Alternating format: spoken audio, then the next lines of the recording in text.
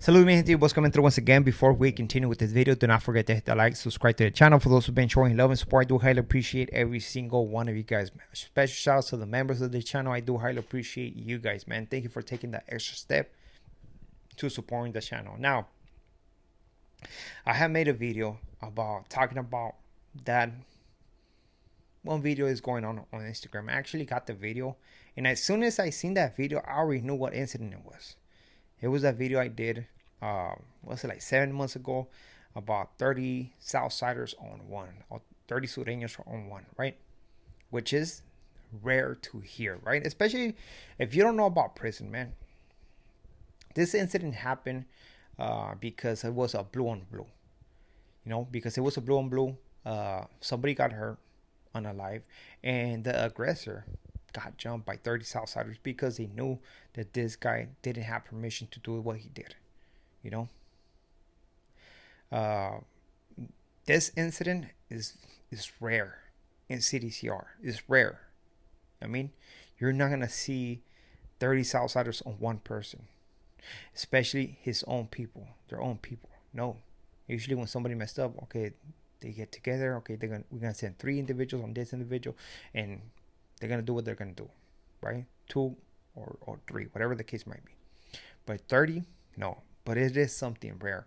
So that's why I guess that video I did 6-7 months ago, it caught that attention that it caught. This incident happened, I believe, in June of 2025, right?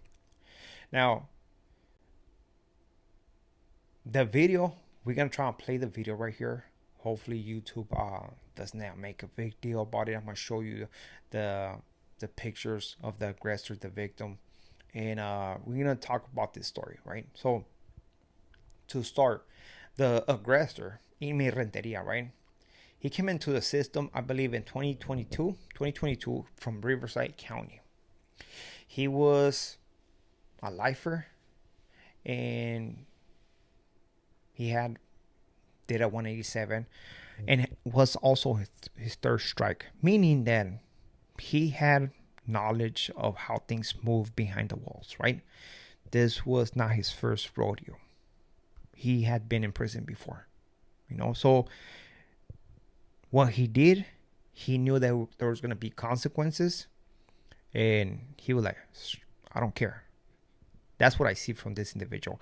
Even though he had like one of those new numbers, you know how people get when you see a new number, you're like, hold on, he had a BS number. And when you see individuals with new numbers, you're like, oh, this guy is a fish, he's a rookie. He barely came into prison. Now, this individual had gone to prison before, and he came from Riverside County, right? Now, the interesting part is that the victim, Inmin Mendez, he came from Riverside County as well, right? Inmin Mendez used to go by Midget. He was from Northside Colton.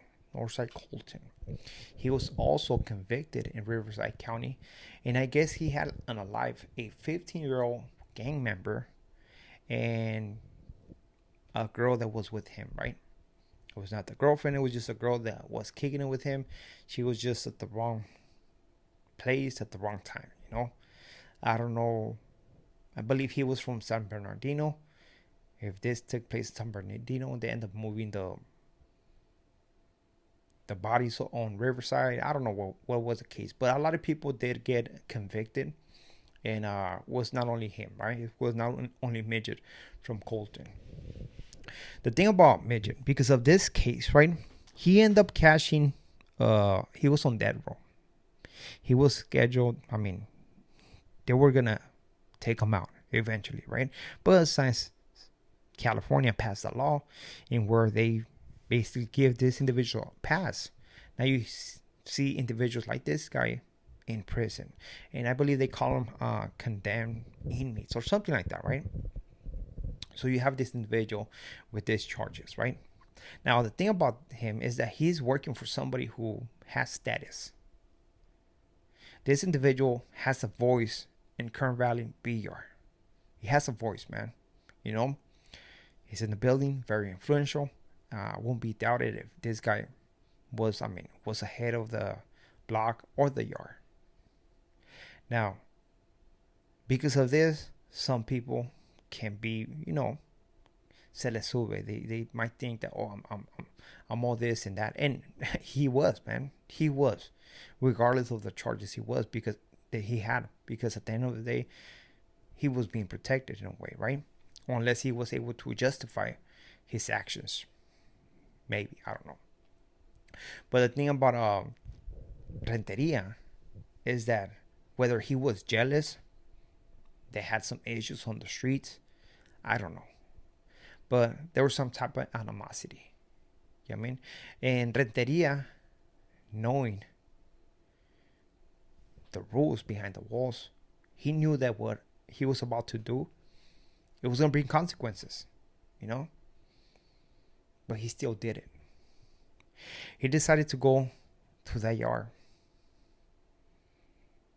to call Midget, to talk to him, and then all of a sudden, out of nowhere, he pulled out the manufactured weapon that he was sharpening, because he was going to do something unthinkable, something that was going to bring consequences to his career. It was going to be over. He understood that he was in prison for life, but still, he chose to do whatever he did. So as he have Midget hit him a couple times, right? The cops, seeing the incident, order everybody to get down, as everybody's rushing from the buildings, from the yards, into the incident, right? Eventually, by the time the cops got there, Renteria proned out, got down meters away from Midget, right? And we see this on the video when we see, I believe, a cop standing over Renteria, and then one or two cops standing over Midget, right? Midget, you can see red spots on his thermal, and the guy's hurt. That's who we see kneeling on the middle of the yard, Midget. After the Southsiders seen this, right, they got off. Why? Because that was a no-no, right? They knew this individual didn't have no say-so, didn't have nothing, right, to back him up. So they rushed this individual. Got lucky that those Southsiders, those Sureños, didn't have weapons with them. I'm pretty sure they did have weapons, but they didn't take them out. They were throwing rocks, for sure. You can see on the video, rocks flying. Everybody grabbed him at one point. But what I noticed is that Renteria was not fighting back. He was just protecting himself. Everybody's punching him. They fell on the ground. Eventually, the cops got there, started pepper spraying everybody. Everybody's just went about their business, proned out, and they're worried about the victim over there, right? Midget. By this time, when everybody proned down, actually from rushing Renteria, they turned Midget over. That's when you see that video and where his thermal was just all red, right? Guy bled out. Simple as that, right? We have this video taken with the cell phone, and when they start doing the chest compressions, the Sureños, the Southsiders already knew, man, that guy's gone. So in anger, they got up a second time to rush Renteria, to beat him up.